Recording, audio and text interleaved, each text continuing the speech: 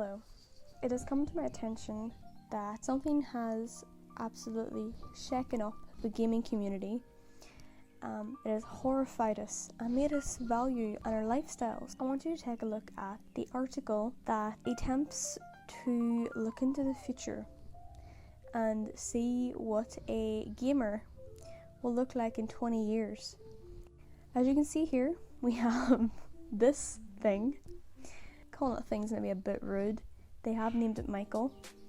And I'm looking at an article from the Daily Mail. The Daily Mail article says he's got bloodshot eyes, a dented skull and blistered hands, and in 20 years you'll be just like him if you don't take care of yourself when gaming, experts warn. Nintendo was onto this quite early. I remember in my younger days playing Mario Kart non-stop, and the little notification would come up to tell me to take a break. So Nintendo was on this shit already. They had this covered. Anyway, Michael, the pallid and hunched back video game player of the future. That's a great title for anyone to have. I'm surprised they didn't put him in with the New Warriors superheroes, you know. I think he would have fit in quite well. It's a grotesque model that shows how hunching over consoles may affect avid gamers. I can understand with PCs why you might be hunched over, you know, you're hunched over the keyboard, but usually whenever I'm like on the console, I'm planking on the chair, like, you know what I'm saying? Like, I'm laid back as shit. This cautionary vision was cooked up by researchers based on a globally sourced reports on the physical impacts of the gamer lifestyle. The team proposes a number of strategies for gamers to take better care of themselves, including regular stretching, eating well, and staying hydrated. I love how this is coming from the aspect of like people who play games don't take care of themselves. They're absolute degenerate people that sit inside all day and don't even dare open the curtains for fear that the sun would touch their skin. Taking a look at the diagram that they did, quite professional, may I say. The top of it says indent in the skull from pressure and overuse of headphones. And I don't know about you, I only speak for myself, but I know that the plastic headphones that I wear are nowhere near strong enough to crush anything, let alone a human skull. Of course, this can be debunked by Tyler One, who, I mean, I don't know if his headphones are reinforced with steel, but I mean, you know, I guess they are right in that aspect. I have to give them a point for that.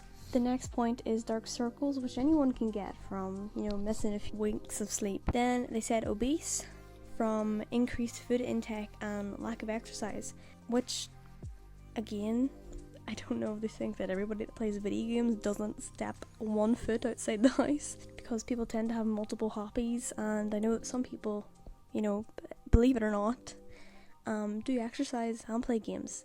It's bloody crazy, I know, but I have heard that it's happened. Then we have PlayStation thumbs from repetitive strain and excessive use of the controller, I guess, but the hands on this model I don't think a PlayStation controller can do that, you know?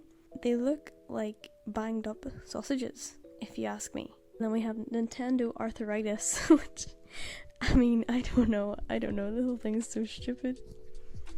But their explanation is that it's lacerations on the hands from excessive controller use. I don't know if they're referring to the Joy-Cons. They point to the knees, so I don't know,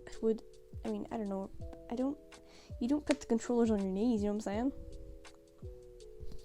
If it's referring to someone swinging around their Joy-Con in games, I honestly, I don't get that one. I don't know. Then they say there's poor blood flow, which again is just saying that they, like, people that game literally are born onto a chair with a controller in their hand and they just do not move. Same with a swollen ankles point. Trigger finger. In esports, I believe that there are examples of players with repetitive strain injury, but when you just look back to the diagram, I've never seen an esports player or anybody that plays games with hands that look like that, you know? So that's all I wanted to say on this topic. This video was definitely more off the cuff and probably not guesswork. I do have a more scripted video coming on Animal Crossing, so look out for that. The video probably jumped a lot from point to point and I think it ended quite abruptly, But like I said, I wanted to get something right quick. I think I do need better editing software as well. I am using FlipClip, which makes even editing these types of videos like way longer than I believe it should be, because I have to make a picture up for every single frame, whereas a proper video editing software I probably would have a better time. Anyway, thank you for watching.